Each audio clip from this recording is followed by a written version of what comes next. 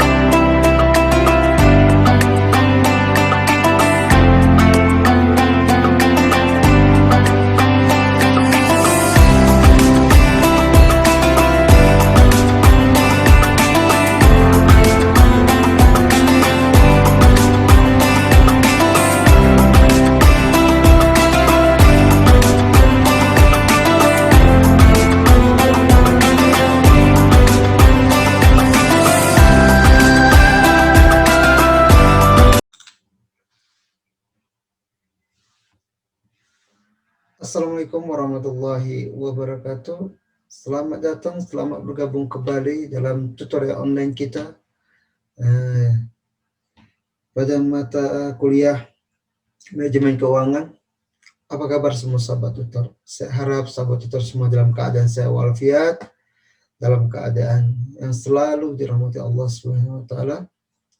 Sahabat tutor, kita kali ini akan membahas banyak topik, di mana topik ini merupakan topik akhir dari mata kuliah manajemen keuangan ini. Sahabat tutor, saya ucapkan terima kasih sekali terhadap komentar, terhadap penilaian sahabat tutor pada saya selama masa mata kuliah ini berlangsung. Sungguh ini merupakan suatu kehormatan dan kebanggaan tersendiri bagi saya bisa bersama-sama dengan sahabat tutor, kita belajar bersama, kita berdiskusi mengenai berbagai macam topik di mata kuliah manajemen keuangan. Sahabat tutor, thank you atas kuesioner dan feedback sahabat tutor dalam menanggapi mekanisme, menanggapi bagaimana proses mata kuliah ini berlangsung. Terima kasih juga atas partisipasi sahabat tutor di mata kuliah ini. Thank you very much. Tidak ada yang bisa saya berikan kecuali hanya ilmu sedikit yang bisa saya sparekan atau saya bagikan kepada sahabat tutor semua agar ilmu manajemen keuangan ini bisa sahabat tutor terapkan di pekerjaan di kantor sahabat tutor maupun di tempat usaha sahabat tutor sendiri. Oke sahabat tutor, ini adalah pertemuan terakhir. Biasanya saya selalu mengajak sahabat tutor untuk selalu memperhatikan, menyimak, dan memahami konsep dari mata kuliah manajemen keuangan. Kita mengetahui, kita sadari, saya selalu berulang dan tidak pernah bosan sahabat tutor bahwasanya manajemen keuangan merupakan mata kuliah untuk seorang manajer keuangan. Mengatur uang masuk, mengelola uang masuk, dan menghasilkan profit dari uang yang sudah kita investasikan. Bagaimana kita mengelola keuangan, itu juga akan menentukan kemana tujuan dari perusahaan. Sahabat-saudara sudah memahami apa kekuatan dari sebuah perusahaan dan apa kelemahan-kelemahan di perusahaan kita.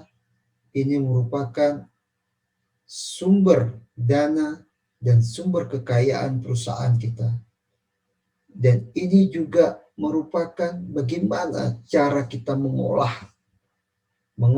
sumber dana aset perusahaan menjadi lebih menguntungkan, menjadi lebih bermanfaat, dan yang terpenting adalah meningkatkan kesejahteraan para investor kita, dan tentunya itu akan berimpact kepada kesejahteraan karyawan dan para manajemen yang ada di dalam perusahaan itu sendiri. Tentunya melihat apakah perusahaan kita ini semakin maju atau tidak, kita bisa melihatnya dari nilai market saham perusahaan itu sendiri. Oke sahabat tutor, ini pertemuan terakhir. Tolong disimak dengan baik-baik agar sahabat tutor bisa mengclosingkan, bisa mempackingkan mata kuliah ini menjadi lebih bermanfaat dan lebih bisa sahabat tutor pahami. Oke, kita mulai mata kuliah manajemen keuangan ini dengan membacakan basmalah. Bismillahirrahmanirrahim.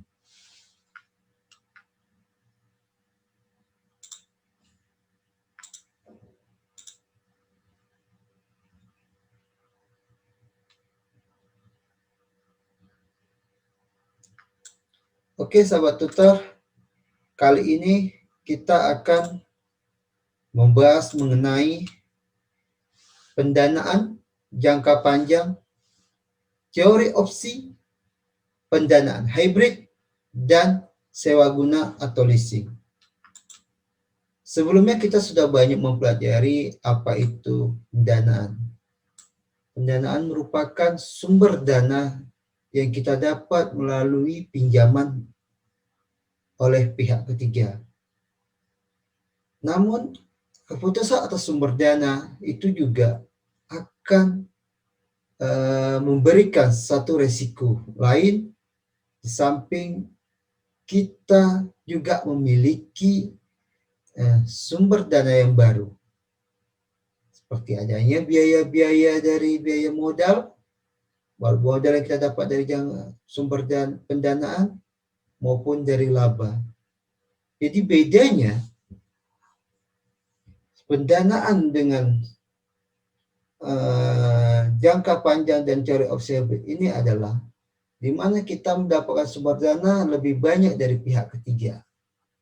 Nah, tentunya kemarin di sesi sebelumnya kita sudah memahami apa benefit, manfaat, dan risiko yang kita hadapi ketika kita mencari sumber dana dari pihak ketiga.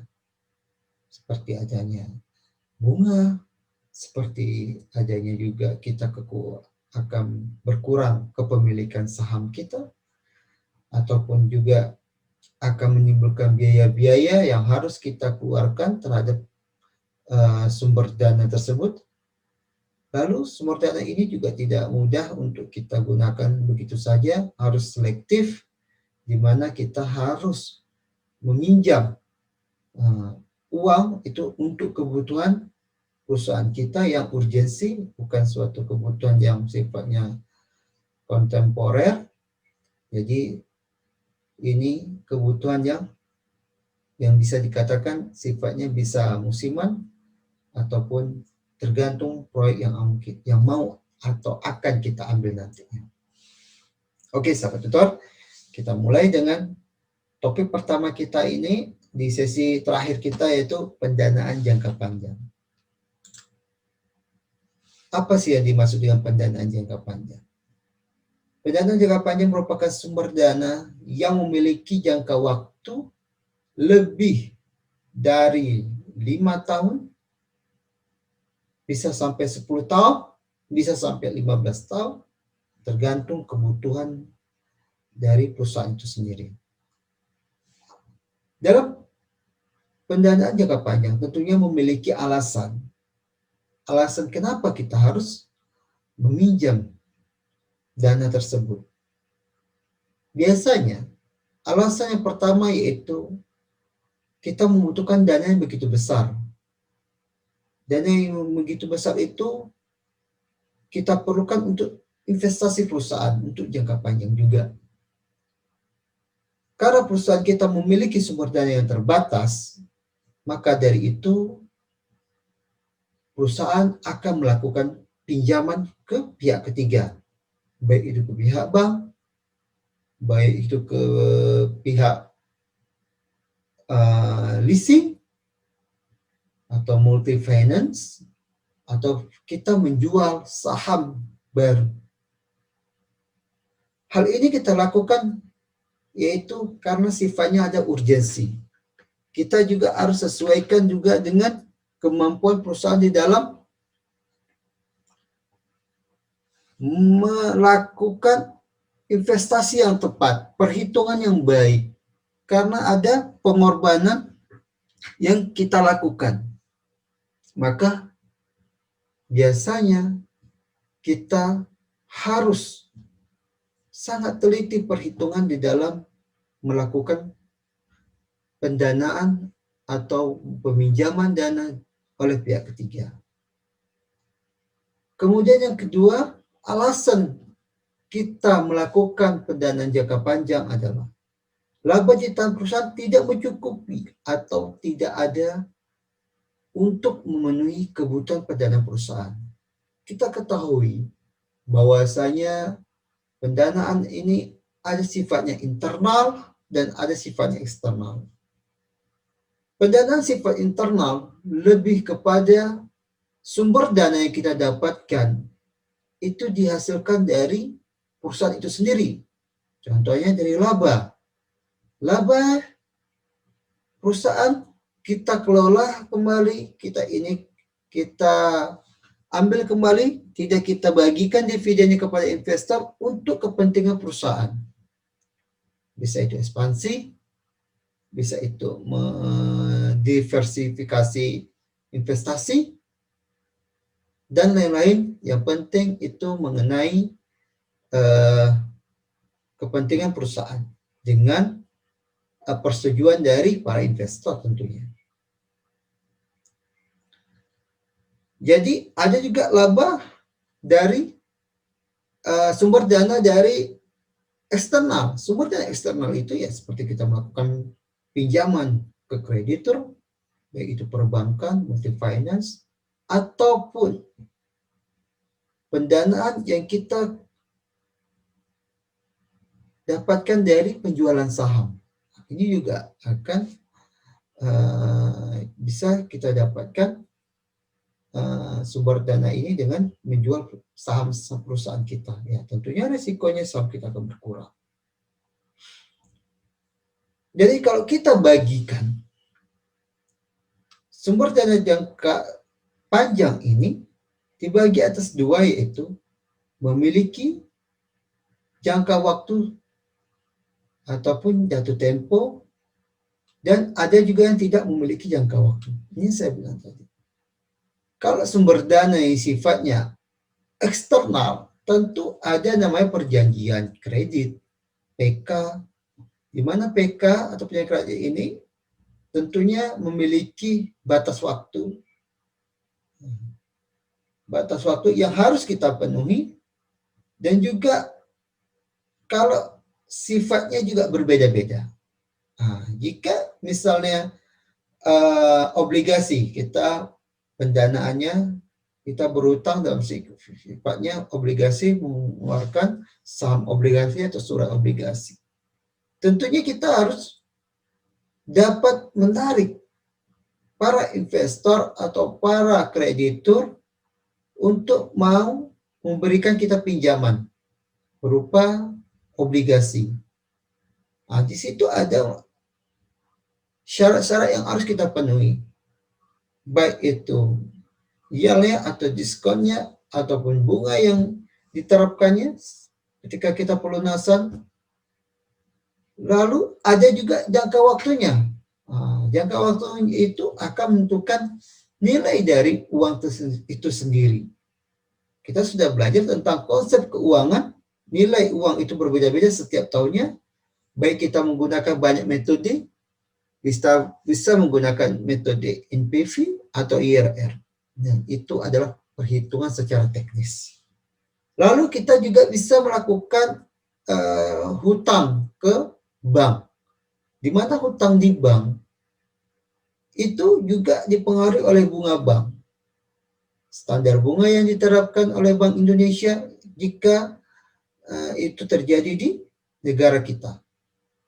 Bedanya obligasi sama hutang bank. Obligasi pengembaliannya disesuaikan dengan ketentuan dari perjanjian itu sendiri. Bisa kita membayar bunganya saja, pelunasan itu di akhir, kita bayar pokoknya di akhir, ataupun kita bayar pokoknya, nanti bunganya dihitung terus. Atau sesuaikan dengan perjanjian. Namun kalau di hutang bank, pada dasarnya lebih kepada angsuran per bulannya. Angsuran per bulannya, di sini perbedaannya adalah ketika obligasi dan hutang bank ini adalah bunganya sifatnya fluktuatif untuk utang bank, mengikuti standar yang dilakukan oleh Bank Indonesia. Bisa kadang naik, bisa kadang turun. Sementara obligasi sifat bunganya itu tetap, karena sesuai dengan perjanjian. Maka butuhnya perhitungan yang matang dalam menerbitkan obligasi itu sendiri.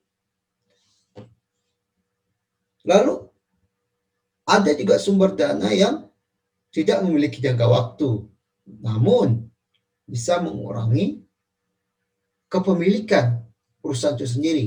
Contohnya seperti apa? Yaitu saham.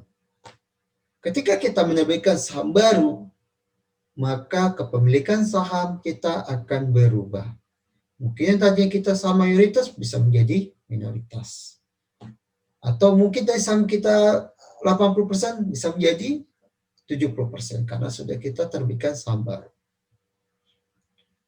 Namun di dalam saham kita tidak dibebankan terhadap bunga, tidak dibebankan terhadap angsuran yang harus kita bayar. Akan tetapi saham kita, kepemilikan kita berkurang, pembagian dividen kita akan bertambah. Yang tadinya mungkin kita bisa dapat besar, karena saham kepemilikan perusahaan itu sudah berubah, maka dividen juga akan dibagikan secara merata misalnya. Itu saham yang tadi kita dapat besar jadi berkurang. Begitu juga dengan modal sendiri. Modal sendiri itu kita dapat melalui laba ditahan yang tidak kita sharekan atau tidak dibagikan, tentunya dengan persetujuan dari rapat para pemegang saham. Namun kita sudah ketahui bahwanya ketika kita melakukan pendanaan melalui modal sendiri ataupun saham, tentu ada risiko-risiko yang kita hadapi. Ada biaya-biaya modal yang akan kita keluarkan. Bagaimana kita menegosiasi, bagaimana kita meyakinkan para investor untuk mau memenuhi kebutuhan dari perusahaan agar tidak mengambil laba atau dividen mereka. Akan tetapi kita juga harus memberikan manfaat kepada para investor, memberikan satu keyakinan bahwasanya nantinya ini akan memberikan kontribusi yang besar kepada para investor agar mau modal atau laba yang tadi untuk dibagikan bisa dipergunakan kembali oleh manajemen dalam konteks ini perusahaan untuk melaksanakan atau mengelola keuangan dari laba tersebut atau sumber daya tersebut menjadi satu investasi yang sangat menguntungkan. Di sini kita bisa lihat kalau obligasi itu ada jangka waktu, sementara modal sendiri dan saham tidak memiliki jangka waktu. Kalau kita lihat risikonya lebih besar di modal sendiri dan saham. Ini risikonya sangat besar sekali. Bagaimana jika perusahaan itu bangkrut? Ya, otomatis modal atau para pemegang saham juga akan bangkrut pula. Sementara untuk pemilikan obligasi dan hutang bank, mereka akan didulukan ketika mereka ada penjualan aset, ketika ada satu kekayaan perusahaan yang tersisa, maka mereka akan diutamakan. Oke, kita sudah lihat pendanaan jangka panjang ini, walaupun dia lebih dari 5 tahun, walaupun dia juga bisa lebih dari 10 tahun, bisa saja. Akan tetapi dia kalau sifatnya itu pada jangka panjang bersifat obligasi dan utang bank, tentu itu ada namanya perjanjian kredit dan ada batas waktunya. Sementara sedangkan modal sendiri atau saham tidak ada batas waktunya. Bisa lebih dari 5, bisa lebih 10 tahun, dan bisa lebih untuk selamat. Itu bisa saja terjadi. Lalu bagaimana sifat obligasi ini? Nah, kita sudah bahas luarnya. Obligasi merupakan surat pengakuan utang perusahaan penerbit obligasi atau emiten kepada pihak lain, yaitu investor, yang memiliki nilai nominal dan jangka waktu tertentu, serta emiten diwajibkan membayar bunga yang tertera pada surat tersebut. Yang namanya obligasi, yang namanya hutang, tetap harus ada yang namanya bunga yang harus mereka bayarkan. Kenapa? Karena ada nilai uang yang berbeda dari waktu ke waktu. Prosedur dalam menerbitkan saham, pertama, setelah diketahui jumlah dana yang akan dihimpun, tentukan kupon obligasi yang akan diterbitkan. Pertanyaannya, apa isi kupon itu? Kupon itu harus berisikan tentang mekanisme, tentang perjanjian, tentang seperti apa bunga yang kita dapat, seperti apa perhitungan dari obligasi itu sendiri, yang sifatnya adalah kesepakatan kedua pihak. Nah, jadi perbedaan dengan hutang di bank, ya bank ada PK, kalau di sini obligasi itu ada kupon. Dan sifatnya mengikat kedua belah pihak. Yang kedua, dapatkan persetujuan dari otoritas pasar modal, dalam hal ini adalah OJK kalau di Indonesia. Ya, tentunya ketika ada obligasi diterbitkan, tentu kita juga para investor membutuhkan penjaminan. Jaminan akan keamanan dari obligasi itu sendiri. Dalam hal ini kita butuh pihak otorita, yaitu pemerintah, di dalam melindungi investasi para investor. Yang ketiga adalah organisir public expose untuk menjelaskan maksud dan tujuan dan prospek investasi yang akan dibiayai dengan obligasi itu sendiri. Sudah kita jelaskan di kupon, tentu di perjanjian obligasi ada maksudnya apa, tujuan obligasi apa, dan prospek investasinya seperti apa. Tentu investor harus selektif ataupun harus dapat menilai nilai obligasi itu sendiri. Yang keempat, hubungi perusahaan sekuritas untuk menjamin dan menjadi agen penjual obligasi. Nah, inilah bagian dari keamanan dari investasi. Obligasi itu mencantumkan 1. Nilai pelunasan nominal atau face value. 2. Jangka waktu yang akan dilunasi atau tenor. C itu bunga yang dibayarkan, coupon rate-nya. Dan D itu berapa kali dalam 1 tahun bunga tersebut dibayarkan. Nah, ini sama seperti penjajahan kredit. Coupon rate dipengaruhi oleh suku bunga yang sedang berlaku seperti suku bunga deposito, yaitu suku bunga perbankan ya, dalam hal ini Sobat Tutor, dan seberapa aman obligasi tersebut. Semakin kecil kemungkinan obligasi tersebut mengalami default atau gagal bayar, semakin rendah coupon rate yang ditawarkan. Jadi dalam hal ini obligasi bisa saja diterbitkan oleh swasta maupun diterbitkan oleh pemerintah. Jadi semakin tinggi satu resiko, maka coupon rate-nya juga akan semakin tinggi. Semakin rendah suatu resiko, maka coupon rate-nya akan rendah. Ketika swasta yang menerbitkan obligasi, tentu rate-nya akan bisa lebih besar.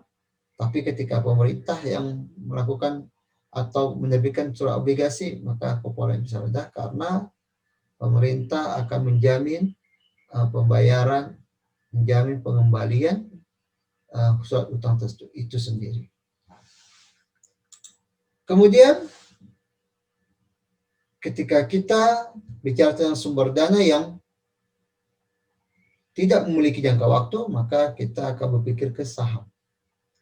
Saham merupakan surat berharga yang diterbitkan oleh penerbit atau emiten yang menyatakan bahwa pemilik saham mempunyai hak kepemilikan atas aset-aset perusahaan.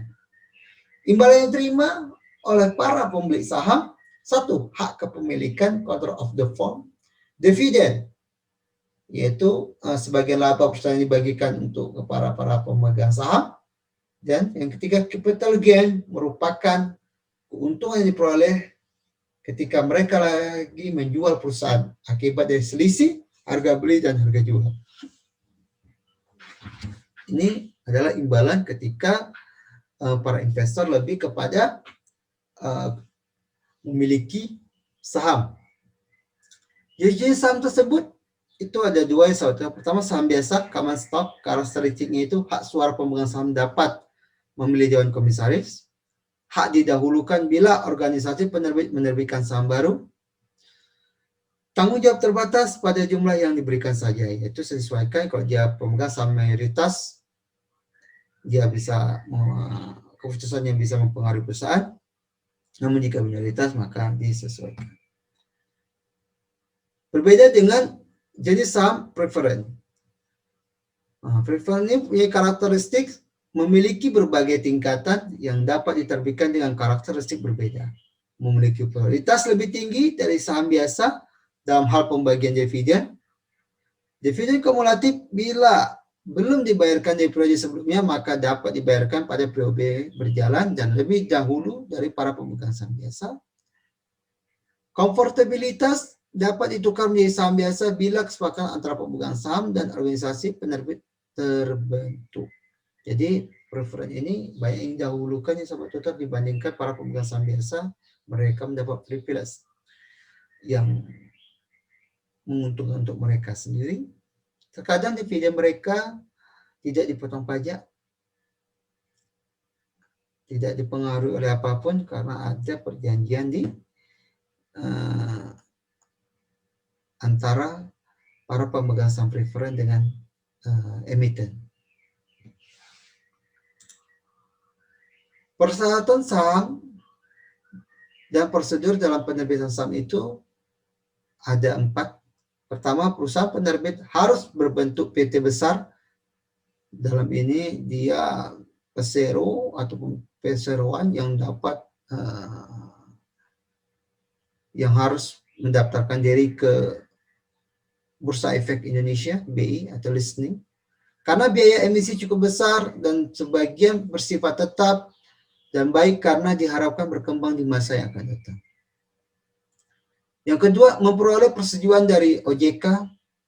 Dalam hal ini adalah regulator mewakili pemerintah dalam menangani pasar modal. Yang ketiga, mendapatkan izin dari perusahaan sekuritas sebagai penjamin emisi dan mengorganisir penawaran saham. Dan yang keempat, terdaftar di Bursa Efek Indonesia. Ya. Kemudian kita bicara tentang hutang.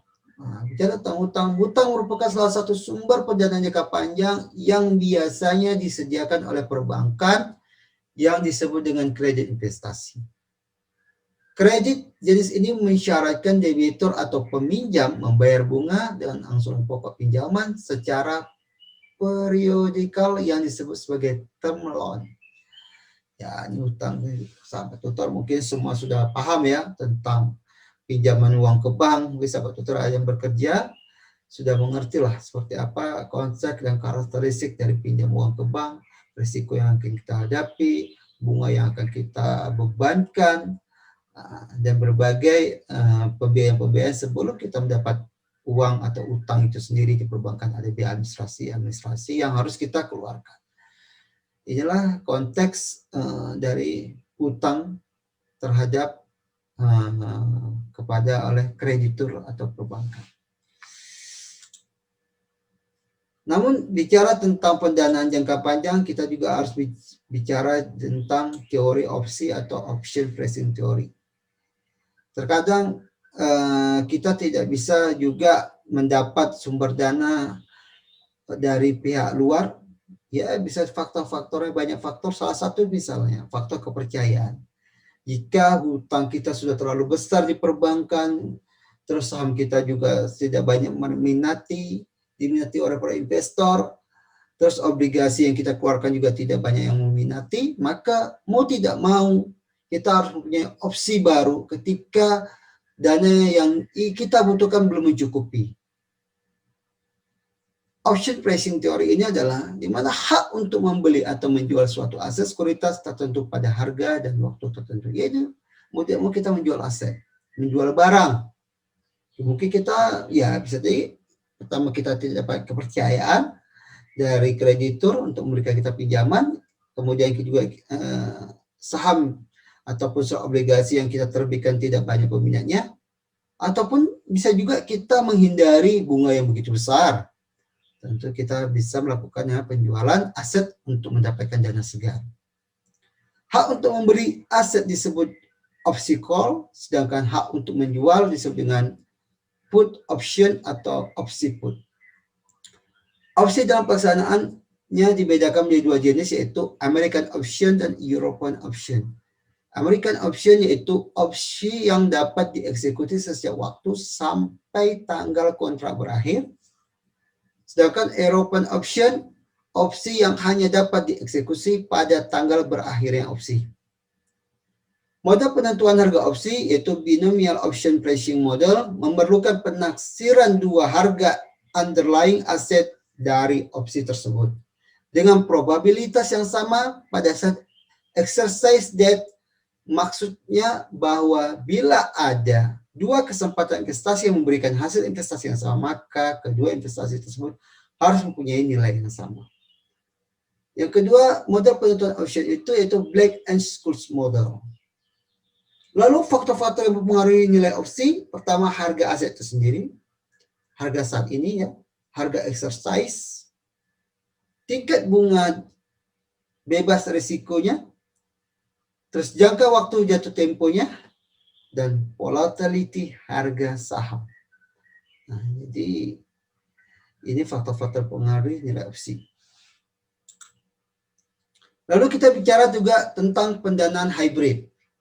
Pendanaan hybrid ini merupakan pendanaan yang mempunyai karakteristik hutang dan juga ekuitas seperti saham preferen, waran, dan obligasi konversi atau convertible bonds. Saham preferen kita sudah tahu adalah saham yang memberikan dividen tetap dan besarnya tidak dipengaruhi oleh laba yang diperoleh oleh perusahaan ataupun rugi pun dia juga akan mendapat dividen serta tidak dapat dipakai sebagai pengurang pajak. Sementara waran merupakan hak untuk membeli saham dengan harga tertentu pada waktu tertentu sering dipergunakan sebagai pemanis agar obligasi yang diterbitkan oleh perusahaan diminati oleh para pemodal. Dan obligasi konversi merupakan obligasi yang dapat dikonversikan atau diubah menjadi saham biasa. Ini adalah sumber pendanaan yang memiliki karakteristik yang berbeda dari pendanaan lainnya atau pendanaan biasa. Mereka mempunyai privilege sendiri. Mereka memiliki keuntungan yang berbeda dibandingkan para pemegang saham lainnya. Lalu ada juga sumber pendanaan melalui sewa guna atau leasing. Jadi jika kita ingin memiliki satu aset atau membeli alat, bisa itu alat berat yang sifatnya mahal, ya kita bisa menggunakan sewa guna atau leasing. Leasing merupakan suatu cara untuk dapat menggunakan suatu aktiva tanpa harus membeli aktiva itu sendiri, biasanya disebut dengan sewa guna. Kegiatan sewa guna ini dilakukan oleh lembaga pembiayaan atau finance company atau multi finance yang kita ketahui sekarang ini, yang bergerak dalam berbagai bidang, salah satunya adalah sewa guna. Jenis sewa guna itu adalah sell and leaseback. Pada bentuk ini perusahaan menjual aktiva yang dimilikinya kepada perusahaan sewa guna, kemudian menyewanya kembali dari perusahaan tersebut karena memerlukan kas dalam jumlah cukup besar, tetapi juga masih memerlukan aktiva yang di-sell dan di-leaseback tersebut. Inilah sewa guna, sifatnya kita kredit, alat kita bayar setiap bulannya seperti angsuran, tapi itu bisa jadi hak milik kita dan itu bisa kita jual kembali. Yang kedua adalah operating lease. Operating lease adalah pada bentuk ini, pihak yang menyewakan atau lessor menyediakan jasa pembiayaan dan juga pemeliharaan, karena itu disebut dengan service lease. Nah, jadi kita meminjam sewa guna itu lebih kepada operasionalnya, di mana pemeliharaan perbaikannya itu ditanggung oleh penyewa atau lessor. Jadi kita betul-betul hanya menggunakan saja. Nah, jadi juga perbaikannya karena ini sifatnya berupa aset, tidak aset lancar, lebih kepada aset tetap atau alat, kendaraan maupun aset-aset tetap lainnya. Jadi mereka juga ada yang namanya menawarkan suatu jasa pemeliharaan.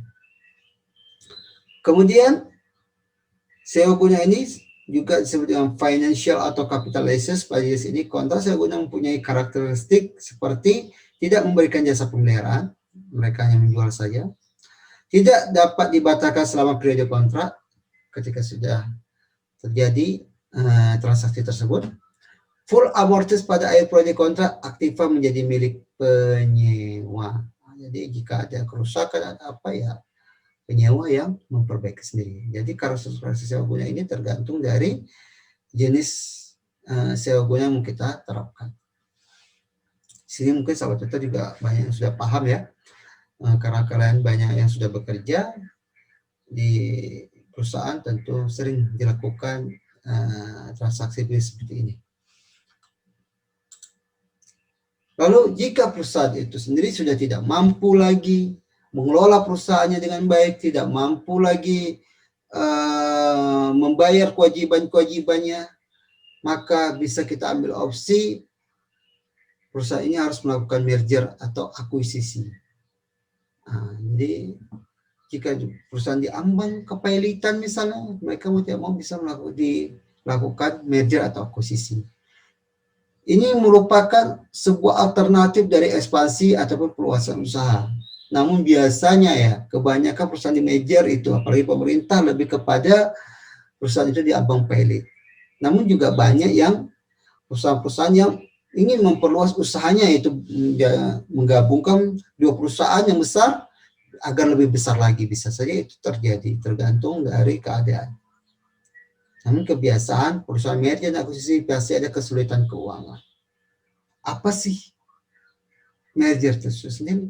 Merger itu penggabungan dua perusahaan menjadi satu, di mana perusahaan yang merger itu mengambil dan membeli semua aset dari perusahaan yang di-merger, sehingga perusahaan yang memerger memiliki minimal 5% saham dan perusahaan yang di-merger berhenti beroperasi. Nah, jadi kita ini seperti perusahaan yang kuat membeli perusahaan yang baru atau perusahaan yang kecil, lalu di-merger menjadi nama yang baru. Jadi usaha yang di-merger itu akan berhenti operasi, manajemennya juga bisa digantikan karena sudah ada manajemen yang baru. Berbeda dengan akuisisi itu pengambilan alihan sebuah perusahaan dengan membeli sahamnya, perusahaan tersebut, di mana perusahaan yang dibeli tetap ada. Nah, jadi kalau ini lebih kepada pengambil alihan di mana yang diganti itu adalah manajemen di dalamnya, namun perusahaannya tetap ada. Banyak contoh kasus ya, seperti pengambilan dari alihan bank, seperti bank dulu kita ada bank Mayapada ya, Bank Mayapada atau Bank Senturi juga dulu pernah pengambilan alih sahamnya karena manajemen dalam yang tidak bagus. Tapi kalau biaya merger juga banyak sekali. Kita dulu ingat tahun 98 Bank Mandiri itu pemilihan dari banyak bank seperti Bank Pembangunan Daerah, Bank Eksim, Ekspor Impor, ya kan? Nah, banyak sekali. Nah, motifnya apa? Dan bagaimana proses merger dan akuisisi ini terjadi? Tentunya kita juga harus pahami motif ekonomi dilakukannya merger perusahaan itu. Pertumbuhan perusahaan yang diharapkan lebih cepat dari harus membangun unit usaha itu sendiri. Kedua, kemudian pemanfaatan manajemen salah satu perusahaan digabung lebih baik dari satunya, dan pemanfaatan akumulatif loss untuk menghemat pajak. Jadi motif-motif dari merger dan akuisisi ini lebih pada motif ekonomi. Untuk ekspansi sebuah perusahaan tidak perlu membangun unit-unit baru, kita pakai pembangunan unit yang sudah ada, lalu yang sudah tersebar di seluruh Indonesia, misalnya tinggal kita eksekusi aja, kita tinggal jalan aja, direct aja, tanpa harus membangun lagi dari awal. Itu salah satu model ekonomi. Juga pemanfaatannya juga kita bisa menghemat dalam segi perpajakan. Kemudian transaksi merger dan akuisisi hanya akan terjadi bila akan menguntungkan kedua belah pihak, menguntungkan pemilik perusahaan yang dijual dan juga pemilik perusahaan yang membeli. Jadi ada sinergitas antara kedua belah pihak yang saling menguntungkan. Ini adalah salah satu konsep dasar satu bisnis. Oke, kalau tidak ada untung, ya buat apa kita melakukan merger, ya kan? Tentunya ya untung di sana harus juga untung di sini. Intinya ketika perusahaan yang mau merger itu dapat keuntungan, yang merger itu mau perusahaannya untuk di-merger dan juga memiliki keuntungan juga. Oke, jika tidak ada kesepakatan itu, maka merger dan akuisisi tidak akan pernah terjadi. Namun jika perusahaan dalam keadaan kritis atau perusahaan dalam keadaan pairik, kita bisa melakukan banyak hal, yaitu salah satunya adalah restrukturisasi, reorganisasi maupun likuidasi. Restrukturisasi itu apakah struktur organisasi itu akan semakin ramping atau semakin besar? Nah, ini pada struktur perusahaan. Jika dia semakin ramping, maka penjualan atau unit-unit kegiatannya akan semakin kecil. Pemisahan unit kegiatan juga akan semakin kelihatan. Dan ini akan menghemat biaya. Minimal dalam biaya konteks gaji karyawan dan biaya-biaya produksi. Sementara jika restrukturisasinya semakin besar, itu kita akan melakukan merger dan akuisisi. Itu tentunya yang tadinya manajemen di perusahaan yang merger dan manajemen perusahaan yang di merger itu akan bergabung. Jika tidak ada semacam seleksi di dalam pembentukan merger tersebut, maka karyawan yang ada di perusahaan memerger dan dimerger akan semakin besar karena mereka bergabung. Begitu dengan akuisisi. Jadi perlunya dilakukan namanya restrukturisasi agar tidak ada tumpang tindih. Tumpang tindih dalam hal ini jabatan ataupun description job-nya. Jadi tidak ada dua pemimpin dalam satu kapal. Itulah inti dari merger dan akuisisi. Lalu kita juga bisa melakukan reorganisasi. Reorganisasi dalam aspek finansial dilakukan untuk memperkecil beban finansial yang tetap dan sifatnya asumsinya bahwa perusahaan masih mempunyai kemampuan operasional yang baik dan masih mampu menutupi biaya-biaya operasi. Reorganisasi dan konsolidasi dilakukan dengan cara melakukan penghematan biaya, pengeluaran-pengeluaran yang tidak perlu, ditunda atau dibatalkan. Kemudian menjual aktif-aktif yang tidak diperlukan, divisi atau unit yang tidak menguntungkan dihilangkan atau digabungkan, menunda rencana ekspansi sampai situasi dinilai telah menguntungkan, dan terakhir memanfaatkan kas yang ada, tidak menambah hutang kalau dapat dikurangi dari hasil penjualan aktiva yang tidak diperlukan tadi, dan menjaga likuiditas dalam jangka pendek mungkin sekali profitabilitas dikorbankan. Jadi mau tidak mau kalau kita menjualkan aset, mungkin profit kita akan semakin menurun untuk supaya kita dapat dana segar atau kas kita ada dan juga bisa membayar hutang-hutang terdahulu, hutang masa lampau. Likuidasi ditempuh apabila kreditur berpendapat bahwa prospek perusahaan tidak lagi membutuhkan. Ini kalau perusahaan sudah diambang kebangkrutan, ya maka kita akan liquid. Jadi prioritas yang harus dilakukan pada proses likuidasi yaitu kita harus bayar semua kewajiban kita kepada karyawan, baik itu gaji, baik itu hal-hal lain mengenai tentang hak-hak karyawan. Yang kedua itu kewajiban kita terhadap pemerintah. Ya, itu jelasnya hutang pajak kita harus kita lunaskan.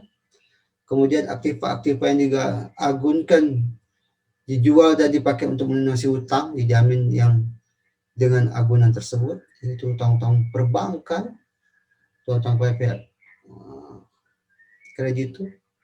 Tahu sisanya dapat digunakan untuk melunasi kreditor umumnya, itu hutang-hutang kepada vendor, menjadi orang terakhir yang harus kita bayar.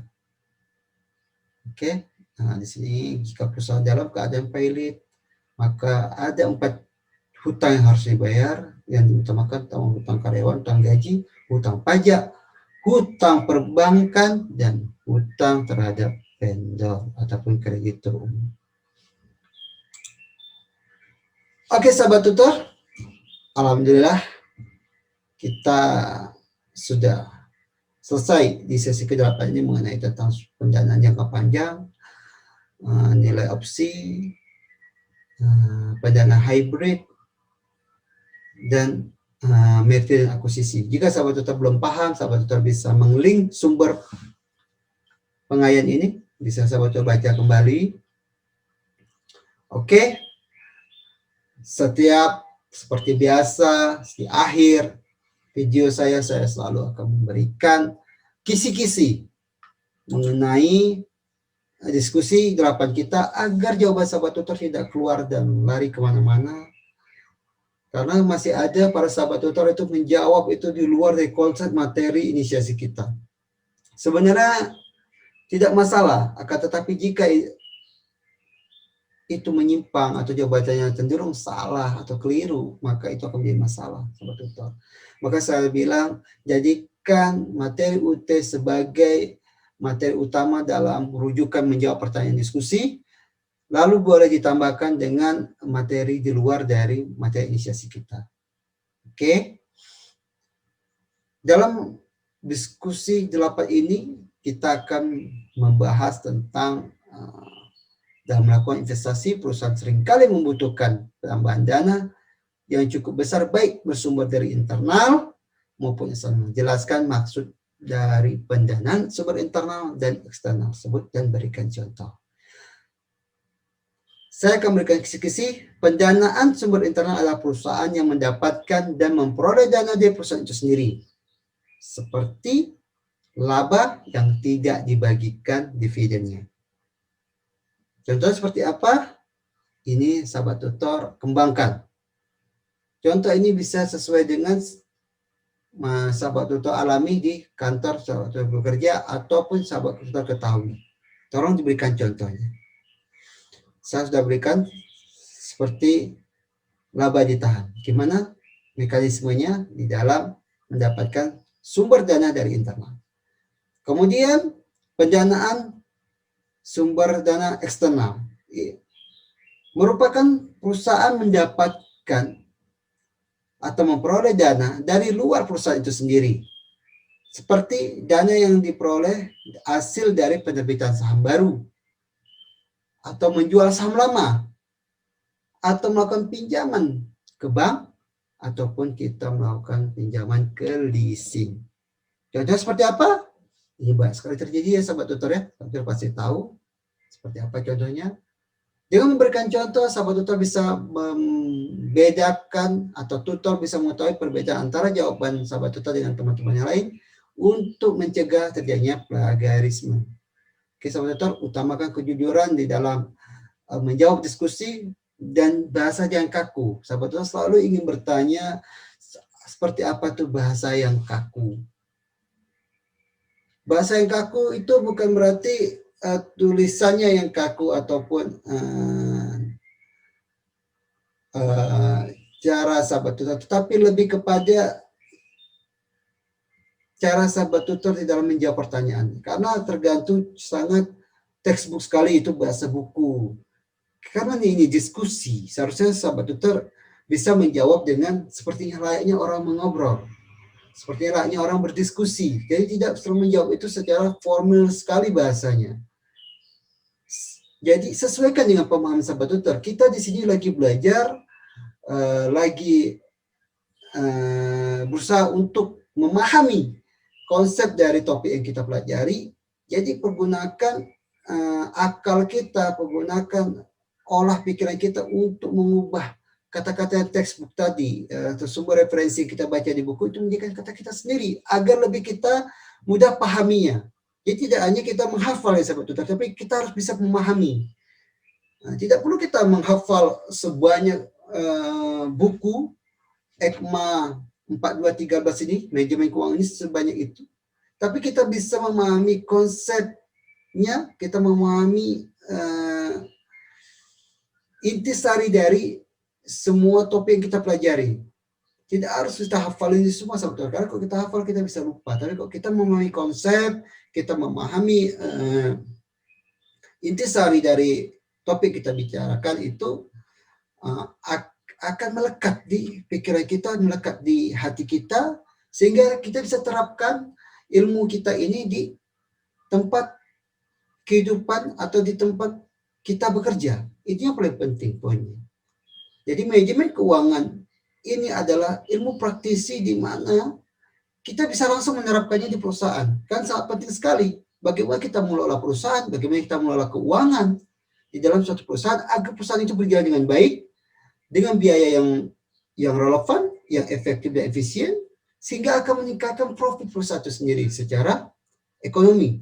Namun yang lebih terpenting lagi, kita bisa mesejahterakan, bisa meningkatkan nilai perusahaan kita, dan kita bisa membagikan share dividen yang besar kepada para investor, sehingga perusahaan kita akan menjadi lebih besar, kesejahteraan perusahaan juga akan menjadi lebih tinggi, dan kita sebagai manajer keuangan juga akan mendapatkan feedback yang besar di dalam memberikan suatu keputusan ataupun suatu kebijakan untuk lebih meningkatkan nilai perusahaan itu sendiri. Baik sahabat tutor, ini pertemuan terakhir. Saya ucapkan sahabat tutor semuanya dalam keadaan sehat selalu. Saya ucapkan juga terima kasih terhadap pertemuan kita selama ini, selama 8 minggu, dari 1 sampai 8. Terima kasih terhadap kuesioner yang sudah sahabat tutor isi. Terima kasih terhadap komentar para sahabat tutor semua di dalam pengisian kuesioner. Saya juga akan menjadi evaluasi bagi saya untuk menjadi tutor yang lebih baik lagi. Terima kasih semua sahabat tutor. Saya akhiri dengan membacakan hamdalah. Alhamdulillahirrabbilalamin. Sampai jumpa lagi di lain kesempatan. Be smart, be creative. Bye-bye semua sahabat tutor semua. Terima kasih sudah nonton video ini. Be smart, creative.